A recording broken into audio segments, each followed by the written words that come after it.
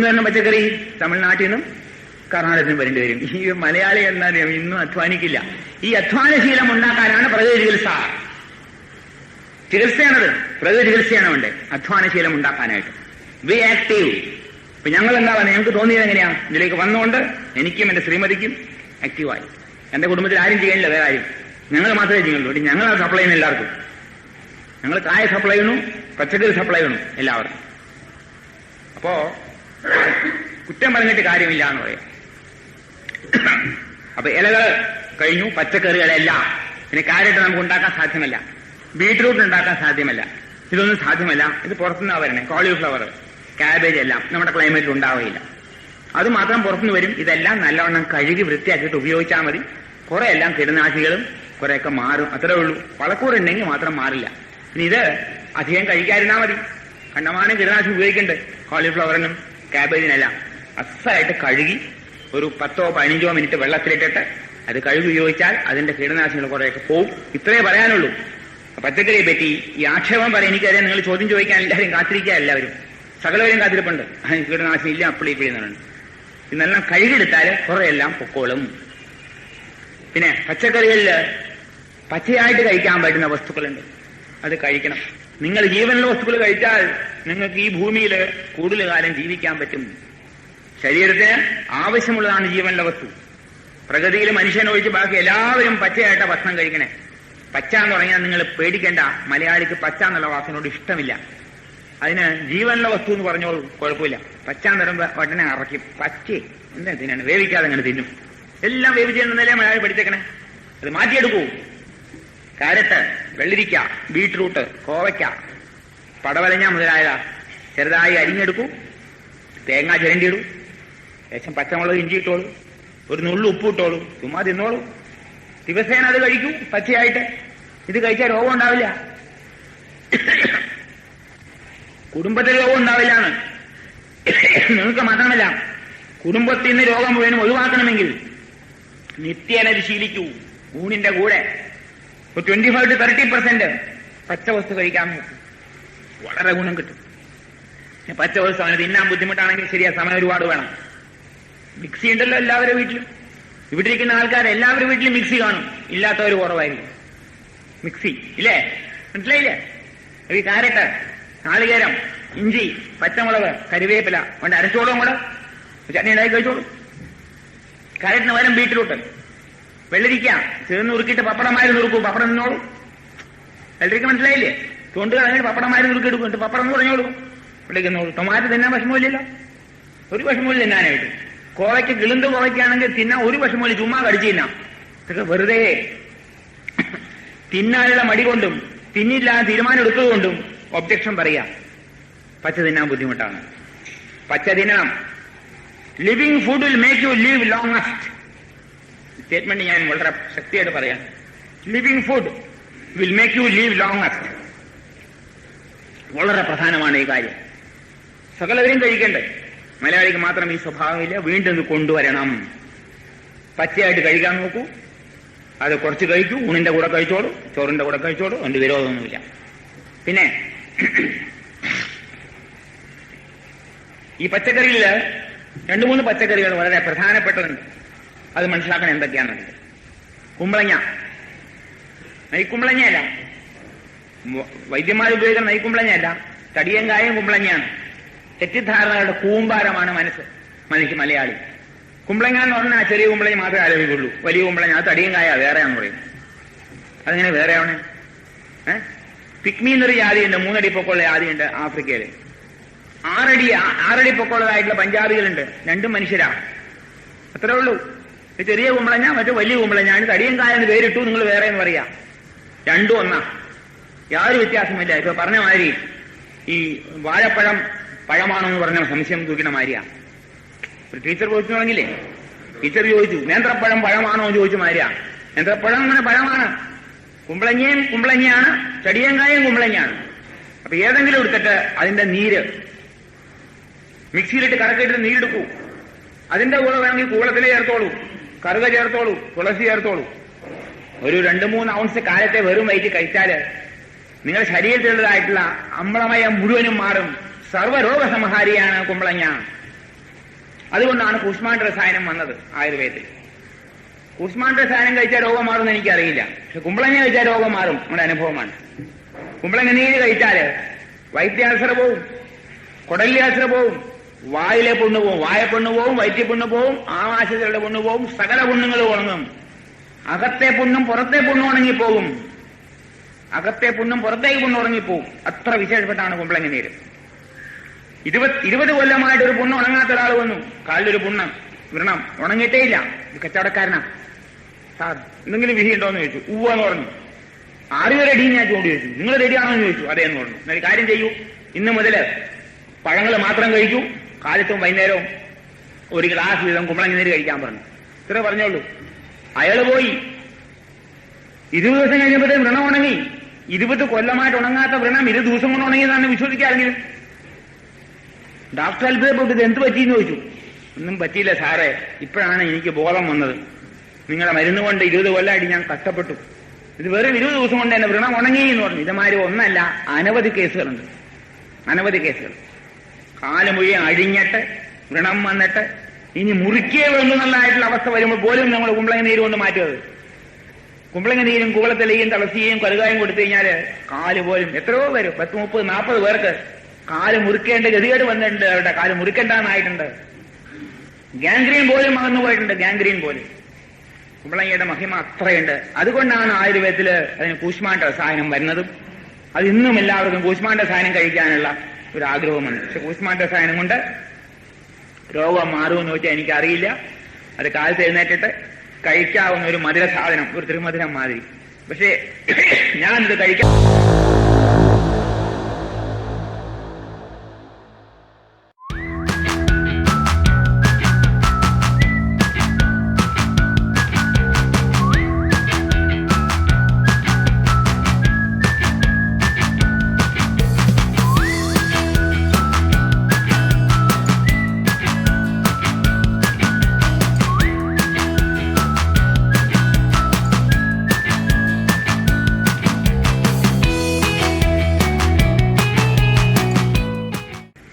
കുമ്പളങ്ങ വേവിച്ചിട്ട് അതിന്റെ നാറ്റം കൊണ്ട് എനിക്ക് കഴിക്കാൻ പറ്റിയിട്ടില്ല.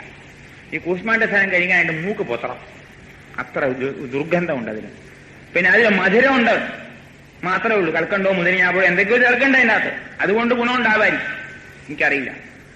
കുമ്പളങ്ങ കഴിച്ചാല് രോഗം മാറുന്നുള്ളത് ഞങ്ങളുടെ നിത്യ അനുഭവമാണ്. വളരെയധികം ഗുണമുള്ളതാണ് കുമ്പളങ്ങ. ത്വക്ക് രോഗമുള്ളവര് ആ കുമ്പളങ്ങ ജ്യൂസ് എടുക്കുമ്പോൾ കുമ്പളങ്ങയുടെ തൊണ്ടോടുകൂടി എടുത്തോളൂ. തൊണ്ടോടുകൂടി ത്വക്ക് രോഗം ഉണ്ടെങ്കിൽ തൊണ്ടോടുകൂടി മിക്സിയിൽ അരച്ചെടുത്താല് ആ ത്വക്കിനുള്ളതായിട്ടുള്ള ഔഷധം ആ ഇതിലുണ്ട്, കുമ്പളങ്ങയിലുണ്ട്. ത്വക്കിന്റെ ഔഷധമുണ്ട്. അത്ര വിശേഷപ്പെട്ടതാണ്. ത്വക്ക് രോഗങ്ങളൊക്കെ ഏറ്റവും സമ്മതമാണ് തൊലിയോടുകൂടി കഴിക്കുന്ന ഭക്ഷണം. തൊലി വളരെ നല്ലതാണ്. അതുകൊണ്ട് കുമ്പളങ്ങ വളരെ വിശേഷപ്പെട്ടതാണ്. പതിവായിട്ട് കഴിക്കാം, എന്നും കഴിക്കാം, ജീവിതകാലം മുഴുവൻ കഴിക്കാം. രോഗമുള്ളവർക്കും കഴിക്കാം, രോഗമില്ലാത്തവർക്കും കഴിക്കാം. രോഗമുള്ളവർ കഴിച്ചാൽ രോഗം മാറും, ഇല്ലാത്തവർ കഴിച്ചാൽ രോഗം വരികയില്ല. വെറും വയറ്റിൽ കഴിക്കണം. ഇത് കഴിച്ചിട്ട് 2 മണിക്കൂർ വേറൊന്നും കഴിക്കാൻ പാടില്ല, എന്നാലേ ഗുണം കിട്ടുള്ളൂ. നമ്മൾ പറയുന്ന ഔഷധങ്ങളെല്ലാം പ്രത്യേകതയുണ്ട്. എല്ലാ ഔഷധങ്ങളും വെറും വയറ്റിൽ കഴിക്കണം. അത് കഴിച്ചിട്ട് 2 മണിക്കൂർ കഴിഞ്ഞ് പിന്നെ വല്ലതും കഴിക്കാൻ പാടുന്നുള്ളത് നിർബന്ധമാണ്. കുമ്പളങ്ങ കൂടാതെ വാഴപ്പിണ്ടി. ഒരു കാലത്ത് വാഴപ്പിണ്ടി ഇഷ്ടംപോലെ ഉപയോഗിച്ചിരുന്നു മലയാളി. ഇന്നത് ഉപയോഗിക്കാത്തൊരു കാലമായി മാറി. വല്ലപ്പോഴും കിട്ടിയാൽ കഴിക്കും. ബുദ്ധിമുട്ടുണ്ട് നന്നാക്കിയെടുക്കാനൊക്കെ. റെഡിമെയ്ഡ് അല്ലല്ലോ വാഴപ്പിണ്ടി. അതുകൊണ്ട് വാഴപ്പിണ്ടി ഉപയോഗിക്കാത്തൊരു കാലം വന്നു. ഈ വാഴപ്പിണ്ടി എന്ന് നിർത്തിയോ അന്നു മുതല് മലയാളിയുടെ ദുരിതമായി. ഇന്ന് ലക്ഷക്കണക്കിന് ഇന്ന് കേരളത്തില് കിഡ്നി രോഗികളുണ്ട്. ഞാൻ എന്ത് ചെയ്യാനാ? കിഡ്നി രോഗം വരാതിരിക്കാനായിട്ട് ഏക മാർഗം ഇതേ ഉള്ളൂ. വാഴപ്പിണ്ടി ഉപയോഗിക്കുക പതിവായിട്ട് കുടുംബത്തിൽ. കിട്ടുമ്പോഴെല്ലാം ചുരുടായിട്ട വാഴ ഉപയോഗിക്കരുത്. ചുരുടായിട്ടാത്ത വാഴ വേണം, വളമില്ലാത്ത വാഴ വേണം. ആ വാഴപ്പിണ്ടി കൊണ്ട് കിച്ചടി ഉണ്ടാക്കി കഴിക്കൂ, പച്ചടി ഉണ്ടാക്കൂ. വേവിച്ചടിയല്ല, പച്ചടി കേട്ടോ. അത് ചെറുതായി നുറുക്കിയെടുത്തിട്ട് മോരിലോ തൈരിലോ ഇട്ടിട്ട് നാളികേരവും ഇഞ്ചിയും കടുവും കൂടെ അരച്ചു ചേർക്കും. ഇത്തിരി ഉപ്പൂട്ട് കഴിച്ചോളൂ പച്ചയായിട്ട്. ആ വാഴപ്പിണ്ടി പതിവായിട്ട് ഉപയോഗിച്ചു കഴിഞ്ഞാൽ കിഡ്നി കേടുവരില്ല. അതുകൊണ്ടായിരിക്കണം പണ്ട് കാരണവന്മാർ നമ്മുടെ കേരളത്തില് ആഴ്ചയിൽ 2 ദിവസം സർവ്വ കുടുംബങ്ങളിലും കേരളത്തില് ഞാനിത് മനസ്സിലാക്കിയിരുന്നു. 2 ദിവസം ചൊവ്വയോ വെള്ളിന്നായിരുന്നു എന്റെ കുടുംബത്തിൽ എനിക്ക് ഓർമ്മയുണ്ട്. വാഴപ്പിണ്ടി കൊണ്ട് എന്തെങ്കിലും കറി ഉണ്ടാക്കി കഴിക്കും. ഇന്ന് വാഴപ്പിണ്ടി വല്ലതും ഉപയോഗിക്കണ്ടോ? ഇല്ല, ഉപയോഗം തീർന്നുപോയി. മനസ്സിലാവണില്ല എന്താണ് ഇത്രയും വില പിടിച്ച ഒരു സാധനം ലോകത്തുണ്ടോ ഭൂമിയിൽ? എനിക്ക് ചിരി വന്നു ഒരു തവണ. ഞാൻ ഈ വാഴപ്പിണ്ടി കൊടുത്തിട്ട് ഒരു സഹോദരിയുടെ ഒരുപാട് രോഗങ്ങളൊക്കെ മാറ്റി. ഒരുപാട് രോഗം ഉണ്ടായിരുന്നു ആ സഹോദരിക്ക്, എല്ലാം മാറി. ആ സന്തോഷം കൊണ്ട് ആ സഹോദരിയുടെ സഹോദരൻ ഒരു തവണ അങ്ങയുടെ വീട്ടില് വാഴ വെട്ടിയപ്പോ കായ കൊണ്ടുപോയി സഹോദരിക്ക് കൊടുത്തു, പിണ്ടി കൊണ്ട് എനിക്ക് തന്നു. അപ്പൊ എല്ലാവരും കളിയാക്കി. അയ്യോ, ഇതാണ് അങ്ങേരുടെ സ്നേഹം. സഹോദരിയുടെ സ്നേഹം മാറിയതിന് എനിക്ക് സമ്മാനം തന്നതാ, വാഴപ്പിണ്ടിയാ കൊടുന്ന്. ഞാൻ പറഞ്ഞു, ഐ പ്രൈസ് ഹിം. അങ്ങനെ മനസ്സിലാവില്ല. ആ കായക്കാട്ടിലും 1000 മടങ്ങ് നല്ലതാണ് വാഴപ്പിണ്ടി. മനസ്സിലായില്ലേ? എനിക്ക് വാഴപ്പിണ്ടി ഇഷ്ടമാകാൻ മാത്രമല്ല, വാഴപ്പിണ്ടി കഴിച്ചാൽ രോഗം മാറി നിങ്ങൾക്കറിയാം. വാഴപ്പിണ്ടിയൊക്കെ വാഴപ്പിണ്ടി മതിയല്ലോ, ഒക്കെ കായ വേണ്ടല്ലോ എന്ന് പറഞ്ഞാൽ കൊടുന്നത്. പുച്ഛരത്തോടെയോ കൊടുന്നത്, കളിയായിക്കൊണ്ടാ കൊടുന്നത്. പക്ഷേ ഞാൻ അങ്ങനെ അനുമോദിക്കുന്നു. എന്തുകൊണ്ട്? വാഴപ്പിണ്ടിയിലാണ് ഗുണം കൂടുതൽ. എനിക്കറിയാം, അങ്ങർക്ക് അറിയില്ല. I am happy that he has done A good thing. മനസ്സിലായില്ലേ? എനിക്ക് പുച്ഛരസം തോന്നിയില്ല. വാഴപ്പിണ്ടിയുടെ ഗുണം മനസ്സിലാക്കൂ. വാഴപ്പിണ്ടി പതിവായിട്ട് കഴിച്ചു കഴിഞ്ഞാൽ രോഗങ്ങൾ പലതും കുറയും. എന്നാൽ കിഡ്നിക്ക് ശരീരത്തിനുള്ള മാലിന്യങ്ങൾ കളയാനായിട്ട് വേണ്ട വസ്തുക്കൾ ഈ വാഴപ്പിണ്ടിയിൽ ഒരുപാടുണ്ട്. ഒരു പാമ്പ് കടിച്ചു കഴിഞ്ഞാൽ ഉടൻ തന്നെ ചെയ്യേണ്ട എന്താണെന്നറിയാമോ നിങ്ങൾ? കഴിയുമെങ്കിൽ എവിടെയെങ്കിലും വാഴപ്പിണ്ടി ഉണ്ടെങ്കിൽ ഇടിച്ചു പിഴിഞ്ഞ് ഒരു ഗ്ലാസ് കൊണ്ട് കുടിപ്പിക്കൂ, ബോധമുണ്ടെങ്കിൽ. വാഴയില്ലെങ്കിൽ വാഴയുടെ അടിയിലത്തെ മാണമെടുത്ത് ഇടിച്ചു പിഴിഞ്ഞ് കൊടുക്കൂ. ചുരുക്ക് രക്ഷപ്പെടും, ചിലപ്പോൾ മരിക്കില്ല വാഴപ്പിണ്ടി കൊടുത്താൽ. വിഷചികിത്സയില് കദളിവാഴയുടെ മാനം ഇടിച്ച് പിഴിഞ്ഞു കൊടുക്കാനാണ് പറയുന്നത്. പക്ഷെ കദളിവാഴ തേടി പോകേണ്ട ആവശ്യമില്ല, ഏത് വാഴയുടെ മതി. ആ വാഴപ്പിണ്ടി കഴിച്ചാല് വളരെ വ്യത്യാസം വരും. പാമ്പ് പട്ടി കടിച്ചാല് ചോദിക്കും, പ്രകൃതി ചികിത്സയില് പട്ടി കടിച്ചാൽ എന്ത് ചെയ്യും, പാമ്പ് കടിച്ചാൽ എന്ത് ചെയ്യും എന്നുള്ളത്. പാമ്പ് കടിച്ച് കടി കൊള്ളാതിരിക്കാൻ നോക്കണ്ടില്ലത്തിനും. പട്ടിയുടെ കടിയും കൊള്ളണ്ട, പാമ്പിന്റെ കടിയും കൊള്ളണ്ട. ശ്രദ്ധിക്കുക. കൊണ്ടു കഴിഞ്ഞിട്ട് എന്ത് ചെയ്യാന്ന് പറയരുത്. പക്ഷെ പാമ്പ് കടിച്ചാൽ എല്ലാം പലരും മരിക്കുന്നുണ്ട്, ഞങ്ങളുടെ ഉത്തരവാദിയല്ല കേട്ടോ. പട്ടി കടി കൊള്ളാതിരിക്കണം. പട്ടി കടിച്ചാലും ഏറ്റവും നല്ല ഔഷധം വാഴപ്പിണ്ടിയാണ്. ഒരു ചികിത്സയും വേണ്ട, ഒരു ഇഞ്ചക്ഷൻ എടുക്കണ്ട, വയറ്റിൽ കുത്തിക്കയറ്റും ഇഞ്ചക്ഷൻ എടുക്കേണ്ട ആവശ്യമില്ല. പട്ടി കടിച്ചു കഴിഞ്ഞാൽ കടിഭാഗം മുഴുവൻ കഴുകി വൃത്തിയാക്കൂ. 7 ദിവസത്തേക്ക് പഴങ്ങൾ മാത്രം കഴിക്കൂ. പഴങ്ങളും കരിക്കും വെള്ളവും മാത്രം, വേറെ ഒന്നും കഴിക്കരുത്. ചായയും കാപ്പിയും കുടിക്കരുത്, മത്സ്യമാംസം മുട്ടയും കഴിക്കരുത്, ചോറും കഴിക്കരുത്, ചപ്പാത്തിയും കഴിക്കരുത്, ഒന്നും കഴിക്കരുത്. കഞ്ഞി കുടിക്കരുത്. ചോറ് കഴിക്കണ പറഞ്ഞ ഉടനെ കഞ്ഞി കുടിക്കും അല്ലേ? കഞ്ഞി കുടിക്കുന്ന പറഞ്ഞാൽ ചപ്പാത്തി കഴിക്കാമെന്ന് ചോദിക്കും. ധാന്യം മുഴുവനും ഒഴിവാക്കണം. പഴങ്ങൾ മാത്രം, പല ജാതി പഴങ്ങൾ കഴിക്കൂ 7 ദിവസത്തേക്ക്. ഈ വാഴപ്പിണ്ടി ഇടിച്ചു പിഴിഞ്ഞിട്ട് വാഴപ്പിണ്ടിയും കൂളവും കൂടി അരച്ചു ചേർക്കൂ. കൂളം ഒരു 10 ഇലയും കൂടെ അരച്ചു ചേർത്ത് കഴിക്കൂ പതിവായിട്ട്. നിങ്ങൾക്ക് പേ പിടിക്കില്ല. I can guarantee that. ഒരു 5-8 പേർക്ക് ഇത് പ്രയോഗിച്ചിട്ടുണ്ട്, അവർക്ക് പേ പിടിച്ചിട്ടില്ല. അവർക്ക് ഒരു ഇഞ്ചക്ഷൻ കൊടുത്തിട്ടുമില്ല, അവർ പോയിട്ടുമില്ല. 5-8 പേരെ വന്നിട്ടുള്ളൂ, അതിൽ കൂടുതലില്ല. എന്റെ അനുഭവം പറയാണ്. അപ്പൊ പട്ടി കടിച്ചാൽ പോലും ഭയപ്പെടേണ്ട ആവശ്യമില്ല. നമ്മുടെ പ്രകൃതി ചികിത്സ കൊണ്ട് മാറ്റാൻ സാധ്യമാണ്. പ്രൊവൈഡഡ് 7 ദിവസം ഫാസ്റ്റ് ചെയ്യണം.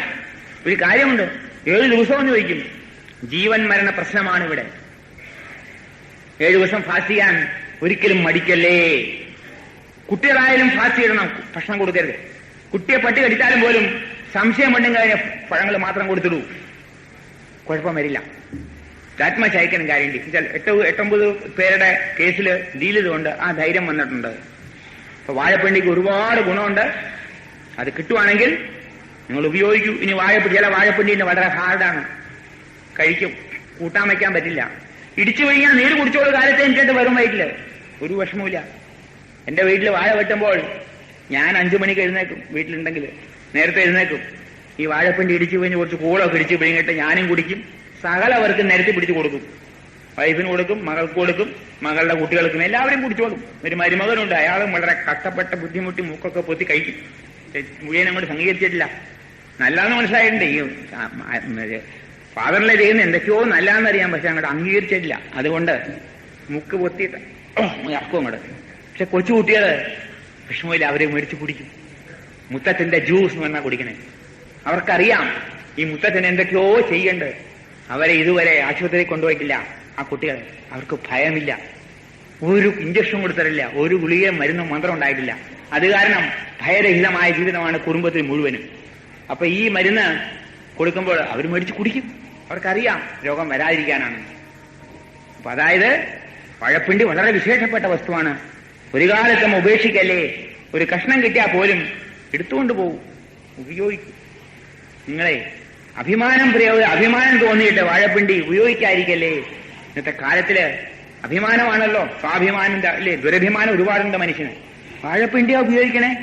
ഒരു തവണ ഞാൻ നാട്ടിൽ നിന്ന് ഡൽഹിയിൽ നിന്ന് വന്ന ഇടയ്ക്കാണ്, 2-3 കൊല്ലം കഴിഞ്ഞപ്പോൾ ഒരു വാഴപ്പിണ്ടിയും കയ്യിൽ തോന്നുകൊണ്ട് പോയപ്പോൾ എല്ലാവരും എന്നെ ഇങ്ങനെ നോക്കുക, എന്തു പറ്റി ഇയാൾക്ക്, ഇത്ര അതപ്പതിച്ചോന്ന്. മനസ്സിലായില്ലേ? വാഴപ്പിണ്ടിയും കൊണ്ട് പോകണമെന്ന്. അപ്പൊ ഇതാണ് മനുഷ്യാവസ്ഥ. എനിക്ക് കഴിക്കാൻ വേണ്ടി വാഴപ്പിണ്ടി ഞാൻ തോന്നുകൊണ്ട് പോകണേ, എന്തല്ലേ അത് പൊതിഞ്ഞുകൊണ്ട് പോയാൽ കുഴപ്പമില്ല, പൊതിയാതെ കൊണ്ടുപോയി. അതാണ് ആരും കാണാതെയാണ് നിങ്ങൾ കഴിക്കില്ലേ. കണ്ടു കഴിഞ്ഞാൽ മോശമല്ലേന്ന് കുടുംബത്തില്. ദാരിദ്ര്യം കൊണ്ട് കഷ്ടപ്പെടുക, ദാരിദ്ര്യമൊന്നുമില്ല, ഇത് അനുഭവിച്ചിട്ടില്ല. ഇത്രയും നല്ലൊരു സാധനം സ്വർണം പോലെ വിലയുള്ളത്, ശരീരത്തെ അപേക്ഷിച്ച് സ്വർണം പോലെ വിലയുള്ളതാണ് ശരീരത്തിൽ, മാലയല്ല. വാഴപ്പിണ്ടി അകത്ത് എന്നാൽ ആരോഗ്യത്തെ സംബന്ധിച്ച് സ്വർണം പോലെ വില പിടിച്ചാണ് വാഴപ്പിണ്ടി. ഉപയോഗിക്കൂ സഹോദരിമാരെ. രോഗം വീട്ടിൽ നിന്ന് അകറ്റിയെടുക്കൂ.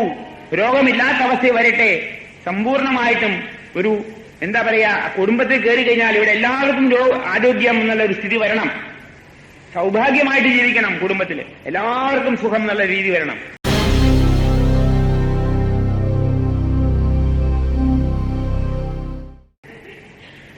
പച്ചക്കറി കഴിഞ്ഞാല് പിന്നീട് ക്ഷാരാംശമുള്ളതാണ് പഴങ്ങൾ. എല്ലാ പഴവും മനുഷ്യന്റെ ആഹാരമാണ്, സംശയിക്കേണ്ട ആവശ്യമില്ല. സർവ്വഫലങ്ങളും ഇതുവരെ കഴിച്ച ഫലങ്ങൾ കേട്ടോ, പുതുതായിട്ടൊന്നും കണ്ടുപിടിച്ചു കൊണ്ടിന് കഴിക്കുമെന്നും വേണ്ട. എല്ലാ ഫലങ്ങളും ആഹാരമാണ്. ഇഷ്ടം പോലെ കഴിക്കാം, എത്ര വേണമെങ്കിൽ കഴിക്കാം, അതിന് കണക്കില്ല. പക്ഷെ പഴം കഴിക്കുമ്പോൾ മാത്രം ഒരു നിയമമുണ്ട്, 2 മണിക്കൂർ കഴിഞ്ഞേ വേറെ വല്ലതും കഴിക്കാൻ പാടുള്ളൂ.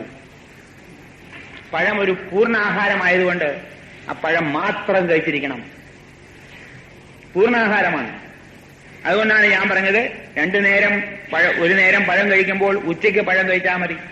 ഉച്ചയ്ക്ക് ചോറും കൊണ്ട് പോകണ്ട. ഉച്ചയ്ക്ക് പഴം കഴിച്ചിട്ട് ആ വയറത്രയും കാലി മതി, ഉറക്കം തൂങ്ങയില്ല ആഫീസിൽ പോയാൽ പഴം കഴിച്ചാൽ.